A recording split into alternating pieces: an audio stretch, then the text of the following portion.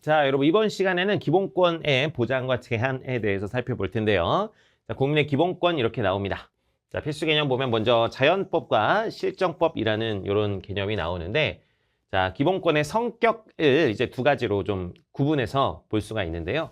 자, 자연법상의 권리가 있습니다. 자연법이라는 건 이 자연적으로 주어진 법을 말하는 거예요. 그래서 국가에서 어떤 부여한 것이 아니라 그냥 우리가 이 세상에 그냥 자연적으로 주어져 있어서 우리가 이성을 통해서 알 수 있는 법이 자연법이거든요. 그래서 국가의 성립과는 상관없이 인간이 태어나면서부터 가지는 권리, 초국가적 권리, 그리고 이제 불가침의 권리, 이런 성격을 가지기도 합니다. 기본권은. 그래서 국가 이전부터 이제 우리가 가지는 그런 성격의 기본권도 있는 것이고, 그렇지만 또 실정법상 우리가 현실에서 그 기본권을 실현하기 위해서는 국가가 기본권을 보장해줘야 결국에 그 기본권이 실현이 되는 것이고, 그리고 이제 기본권이라는 게 너무 무제한적으로 확장될 수는 없기 때문에 현실적으로 현실의 법상에서 그 제한을 인정한다 이런 얘기예요. 실정법상은 우리가 현실에서 제정한 법을 가지고 실정법이라고 이야기합니다. 그래서 천부인권 사상과 관련 있는 것은 요 자연법상 권리의 성격과 관련 있는 것이죠. 그래서 이 태어나면서부터 남에게 양도하거나 빼앗길 수 없는 권리를 갖고 천부인권은 침해될 수 없다. 뭐 이런 얘기가 나와 있습니다. 하여튼 이 기본권이라는 것은 원래 철학적 의미로는 자연법상 권리의 의미를 갖고 있는데, 우리가 이제 현실의 국가 내에서 실현하려면은 또 이렇게 실정법상으로 보장받고 그 제한도 인정되고 있다라는 취지로 이해해 두시면 되겠습니다. 자, 기본권의 종류와 내용이라고 나옵니다. 자, 한번 가볼게요. 자, 기본권은 우리 헌법에서 규정하고 있는 국민의 기본적 권리를 말하는 것인데, 자, 먼저 나오는 게 인간 존엄과 행복추구권입니다. 인간 존엄성과 행복추구권. 자, 인간 존엄성은 말 그대로 인간이라는 이유만으로 존중받아야 할 권리고, 자, 행복추구권은 마찬가지로 뭐 안락하고 만족스러운 삶을 추구할 수 있는 권리입니다. 그냥 이름에서부터, 이 명칭에서부터 어떤 이야기인지 우리가 다 바로 이해할 수 있고요. 자, 모든 기본권의 이념적 출발이고 모든 기본권 보장의 궁극적 목적이기도 합니다. 그래서 결국 인간의 존엄과 가치, 그리고 행복추구권에 다른 기본권 내용이 다 포함되어 있는 거예요. 그래서 모든 개별적 기본권의 내용을 담은 포괄적 권리다 이런 얘기예요. 그래서 우리가 밑에서 보는 평등권, 자유권, 사회권 뭐 이런 것들은 행복추구권을 더 그냥 구체화시킨 것입니다. 구체화시킨 것이다. 그래서 이 밑에 있는 모든 내용은 사실 행복추구권에 포함이 되어 있습니다. 자, 내용을 보면 이제 이 행복추구권이 그렇게 광범위한 내용을 담고 있기 때문에 헌법이 명시적으로 규정하지 않은 기본권들도 이제 거기서 우리가 유추를 해낼 수 있다는 것이고, 대표적으로 이 생명권, 인격권, 알 권리, 일반적인 행동권 이런 것들이 이제 포함된다라고 볼 수가 있습니다. 자, 밑에 보면 이제 구체적인 기본권들 한번 살펴보면, 자, 먼저 평등권입니다. 그래서 평등권은 한마디로 여러분 부당한 차별을 받지 않을 권리예요. 그래서 성별, 종교, 사회적 신분 등에 의해서 부당한, 법 앞에서 부당한 차별을 받지 않을 권리를 말합니다. 그래서 인간의 존엄성 보장하기 위한 본질적 기본권이기도 하고요. 다른 기본권 보장의, 자, 여기 포인트에 여러분 꼭 외워두셔야 됩니다. 인간은 평등하다라는 것이 다른 기본권 보장의 전제 조건입니다. 인간은 평등하다. 이건 다른 기본권 보장의 전제 조건이고요. 그래서 보면 법 앞에 평등, 양성평등 뭐 이런 것들이고, 법 앞에 평등은 근데 절대적 평등을 의미하는 것이 아니라 어떤 그 사람의 상황이나 업적이나 여러 가지 가치들을 고려해서 우리가 평등을 추구하는 것이기 때문에 상대적, 비례적, 실질적 평등입니다. 절대적으로 모든 걸 다 똑같이 하는 절대적 평등을 의미하는 것은 아니다. 자, 그리고 합리적 이유에 의한 차별은 가능합니다. 합리적 이유에 의한 차별은 가능하다. 자, 예를 들면 우리가 여러분 신문 기사나 이런 거 보면 어떠냐면, 우리가 승무원들 이제 뽑을 때 어떻게 뽑냐면 이 키 같은 거에 좀 제한을 두고 있습니다. 자, 그 이유는 뭐냐면 뭐 이제 키가 큰 게 어떤 아름다워서 이런 개념이라기보다 이제 키가 좀 어느 정도 있어야 그 비행기 이제 위에다가 이렇게 짐을 이렇게 실기가 용이하다는 거예요. 그러니까 그거는 나름의 합리적 이유가 있는 거지. 비행기 승무원을 뽑을 때 키에 제한을 두는 것은 나름대로의 합리적 이유가 있는 것이기 때문에 그것이 차별이라고, 평등권 침해라고 이렇게 얘기할 수는 어렵다 이런 얘기입니다. 근데 그게 아니라 그냥 뭐 공무원을 뽑는데 주민센터에서 일할 공무원을 뽑는데 거기에 뭐 키에 대한 제한을 둔다. 그거는 어떤 합리적 이유가 존재하지 않기 때문에 그런 거는 차별로 평등권 침해다라고 볼 수 있는 것이죠. 그래서 평등권을 강조한다고 해서 합리적 이유가 있는 차별도 불가능하다 이런 얘기는 아닙니다. 합리적 이유가 있다면 그런 차별은 이제 평등권을 침해하는 것은 아니다라는 그런 얘기고요. 자, 그리고 자유권 한번 보시면 자유권은 한마디로 간섭받지 않을 권리입니다. 간섭받지 않을 권리. 응? 간섭받지 않을 권리다. 그래서 이 모든 국민은 국가 권력의 억압을 받지 않고 개인의 의사에 따라 자유로이 살아갈 수 있다. 이런 얘기. 자, 나 간섭하지 마. 이런 거니까 뭐예요? 소극적 권리예요. 소극적 권리. 내가 적극적으로 뭘 하겠다는 게 아니라 날 좀 냅둬. 뭐 이런 거기 때문에 소극적 권리고 국가 권력이 나에게 개입하려는 것을 막아내는 원리이기 때문에 방어적 권리이고 그리고 이제 시민혁명 때부터 이제 강조되었던 굉장히 오래된 권리이기 때문에 고전적 권리라고도 합니다. 자, 그리고 이런 자유권은 인간의 가장 본질적인 이 평등권과 더불어서 가장 본질적인 권리이기 때문에 헌법에 열거되지 않아도 보장되는 포괄적 권리입니다. 포괄적 권리라는 것은 이 헌법에 구체적으로 명시가 돼 있지 않아도 당연히 보장되는 그런 권리다라는 거예요. 많은 내용을 포괄하고 있는. 당연히 여러분 평등권도 포괄적 권리입니다.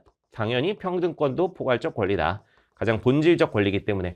그러니까 본질적 권리는 포괄적 권리다. 이렇게 그냥 이해해 두시면 됩니다, 여러분. 그래서 포괄적 권리고. 자, 자유권 같은 경우는 국가로부터의 자유를 이제 추구합니다. 그래서 국가가 나에게 함부로 개입하려 것을 막아내는 그런 자유다. 그래서 국가로부터의 자유를 말하는 것이죠. 그래서 구체적인 내용을 보면 신체의 자유, 거주 이전의 자유, 직업 선택의 자유, 사생활의 비밀과 자유, 뭐 다 이해되죠? 자유권과 관련 있는 거. 양심의 자유, 언론 출판, 집회 결사의 자유, 학문의 자유, 예술의 자유, 그리고 여러분 재산권도 자유권에 들어갑니다. 재산권이라는 건 재산을 내가 마음대로 쓸 수 있다라는 것이기 때문에 재산권 행사의 자유도 자유권이다. 옆에 잠깐 보면은요, 포괄적 권리라는 것과 열거적 권리를 이제 구별하고 있는데 헌법에 열거하지 않아도 보장받을 수 있는 권리를 포괄적 권리라고 합니다. 이게 이제 본질적 권리이기 때문에 그래요. 자연법상 본질적인 권리이기 때문에 그것을 포괄적 권리라고 합니다. 자연법상의 권리의 의미도 가지고 본질적인 권리라는 것이기 때문에 헌법에 꼭 열거되지 않아도 보장받을 수 있다. 근데 헌법에 구체적으로 명시되어야 보장받을 수 있는 권리는 우리가 열거적 권리라고 합니다. 헌법에 구체적으로 열거되어야 보장되는 권리다. 그런 건 열거적 권리. 자, 다음으로 넘어가겠습니다. 자, 참정권 같은 경우는 이제 국가에 참여하는 권리죠. 국가에 참여하는 권리. 그래서 주권자로서 국가기관의 형성과 정책 결정 과정에 참여할 수 있는 권리, 그래서 정치에 참여할 권리를 의미합니다. 내가 그러면 이제 뭘 나서서 할 수 있는 권리니까 무슨 권리? 능동적 권리고요. 국가에 참여할 권리니까 국가의 존재를 전제로 한 권리입니다. 국가가 있어야 국가에 참여할 수 있잖아. 그래서 국가의 존재를 전제로 한 권리다. 자, 이거는 국가애의 자유라고 하는데 이게 표현이 좀 어색하죠? 이게 번역이 이제 국가애의 자유라고 되어 있는데, 그래서 그냥 우리가 좀 이해하기 쉬우려면 국가에 참여할 자유라고 보시면 됩니다. 국가에 참여할 자유다. 그래서 국가의 정치에 참여할 자유로 이해해 두시면 됩니다. 국가애의 자유라고 흔히 표현하는데, 요거의 의미는 국가에 참여할 수 있는 그런 자유다. 그래서 내용을 보면은요, 자, 선거권, 우리 대표를 뽑는 선거할 수 있고요. 공무단위권, 공공의 일을 내가 맡을 수 있어요. 그래서 선거에 나가서 무슨 국회의원이나 대통령 이런 거 될 수도 있고 공무원 시험을 봐가지고 공무원이 돼서 역시 공공의 일을 할 수도 있습니다. 자, 그리고 헌법 개정 같은 거 할 때 이제 국민투표를 결정하는 국민투표권 이런 게 참정권에 포함되는 내용이고, 자, 청구권 같은 경우는 국민의 기본권이 침해됐을 때 그 구제를 청구할 수 있는 그 구제를, 자, 내 기본권이 침해당했어요. 그러면 내 기본권 좀 구제해 주세요 라고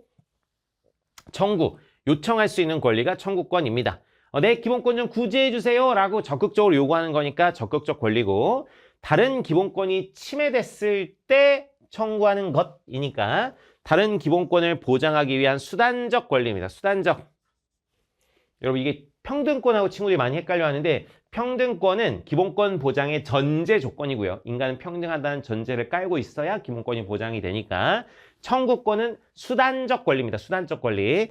다른 기본권은 보장받기 위한, 다른 기본권이 침해됐을 때 그 구제하는 수단으로서 사용하는 권리니까 수단적 권리고, 내 기본권을 구제해달라고 국가에게 요구해야 되죠. 자, 그러니까 당연히 국가의 존재를 전제로 한 권리다라고 볼 수가 있습니다.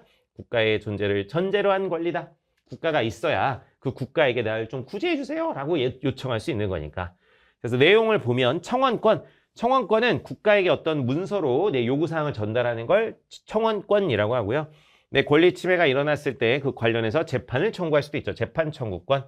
그리고 범죄 피해자 구조 청구권이라고 범죄 피해를 입었는데 그에 대한 어떤 피해를 보상받기가 어려울 때, 가해자로부터 내가 그 피해를 보상받기 어려울 때 그것에 이제 국가에게 좀 도와달라고 요청할 수 있는 게 범죄 피해자 구조 청구권이고요. 뒤에서 뭐 또 자세히 배웁니다.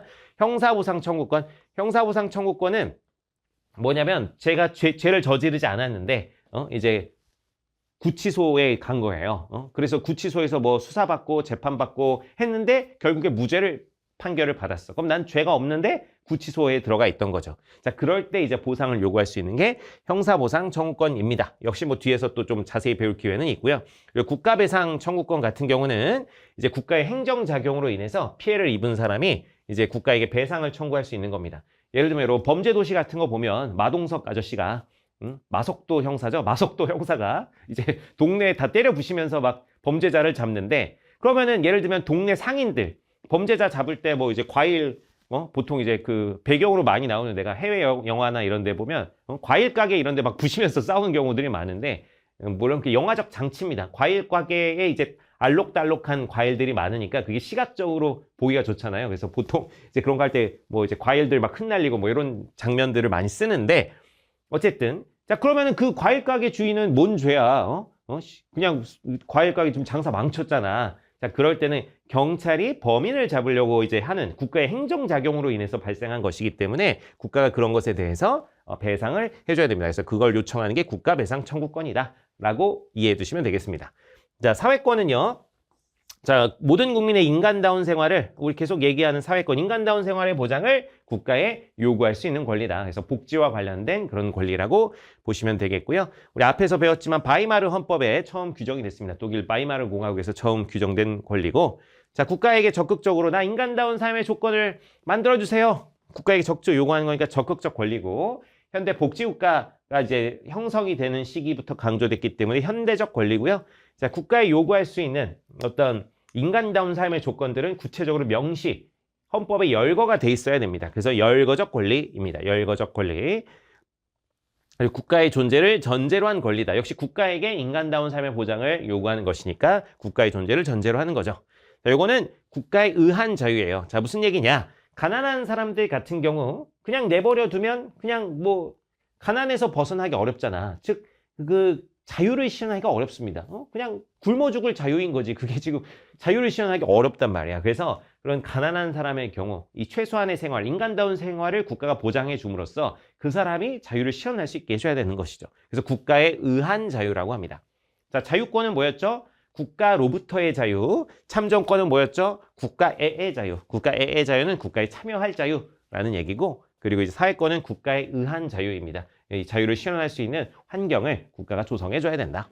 그래서 인간다운 생활할 권리, 교육받을 권리, 근로의 권리, 노동 3권, 환경권, 뭐 보건권, 뭐 이런 것들이 있습니다. 여러분 그리고 이 사회권 중에 일부는요 의무의 성격도 가져요. 예를 들면 교육받을 권리, 교육받을 권리는 이제 교육을 받을 권리이기도 하면서 국민의 의무로서 교육을 받아야 될 의무이기도 합니다. 근로의 권리도 마찬가지고요. 근로를 할 권리이기도 하면서 근로를 할 의무이기도 하고 여러분 환경권도 한번 생각해 보면 우리가 쾌적한 환경을 누릴 권리이기도 하지만 이 쾌적한 환경을 유지할 의무이기도 해요. 그래서 이 사회권의 일부는 권리이면서 의무의 성격을 갖습니다. 권리이면서 의무이기도 하다. 대표적으로 방금 제가 얘기했던 세 가지 근로권, 교육권, 환경권 이런 거는 권리이면서 의무이기도 합니다. 사회권 중에 일부들은 이런 특징을 갖는다라고 이해해 두시면 되겠습니다.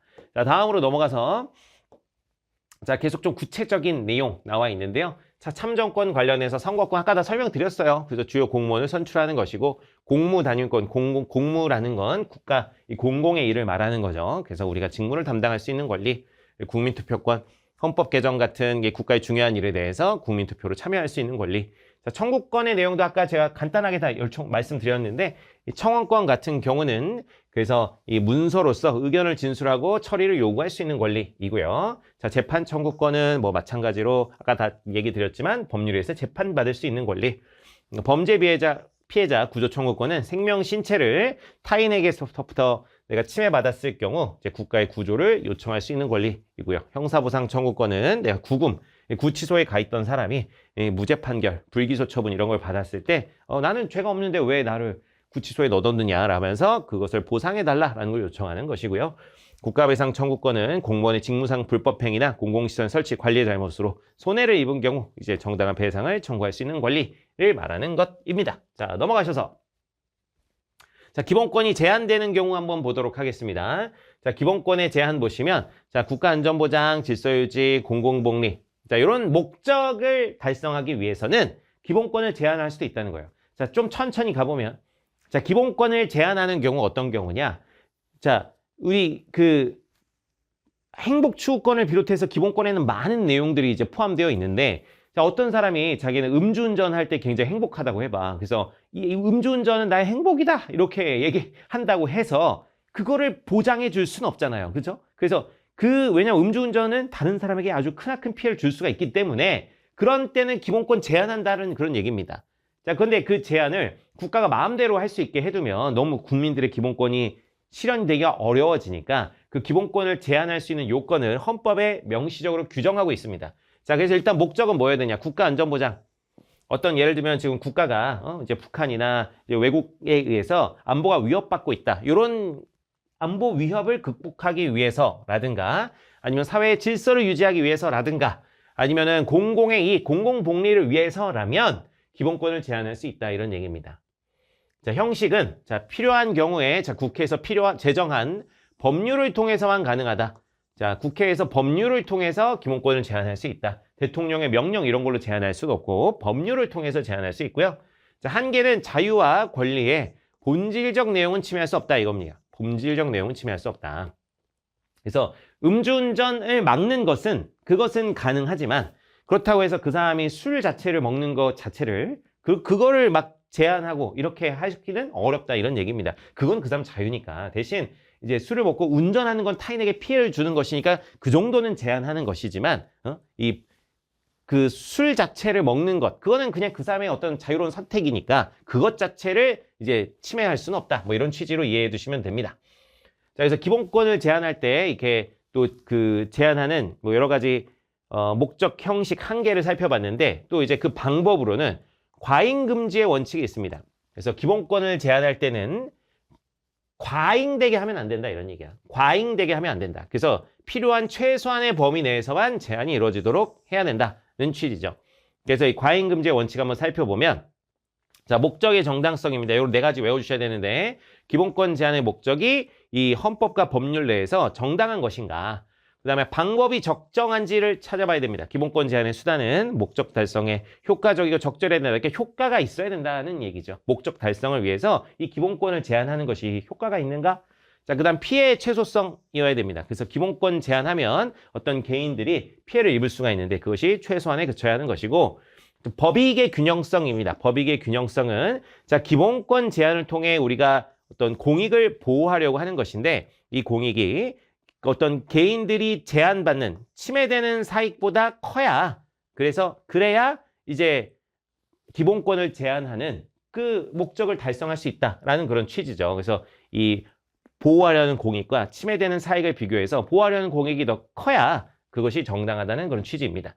그래서 과잉금지의 원칙 네 가지 잘 외워두시기 바랍니다. 목적의 정당성, 방법의 적정성, 피해 최소성, 법익의 균형성입니다. 자, 그리고 더 이제 넓게 보면 기본권 제한의 목적도 잘 외워두시고요. 국가안전보장, 질서유지, 공공복리 필요한 경우에 법률을 통해서 제한할 수 있고 그렇지만 본질적 내용은 침해할 수 없다. 그리고 이제 제한할 때 과잉금지의 원칙을 준수해야 된다라는 거 잘 봐주시면 되겠습니다. 자, 이게 이제 헌법에는 뭐라고 명시되어 있냐면 그냥 줄글로 되어 있는데요. 37조 2항 국민의 모든 자유와 권리는 안전보장, 질서유지, 공공복리를 위하여 필요한 경우에 한해 뭘로 법률로서 제한할 수 있으며 제한하는 경우에도 본질적 내용은 침해할 수 없다라는 그런 취지의 이야기가 나와 있죠. 자, 기본권의 종류와 기본권의 제한에 대해서 살펴봤습니다. 역시 잘 암기해 두시기 바랍니다.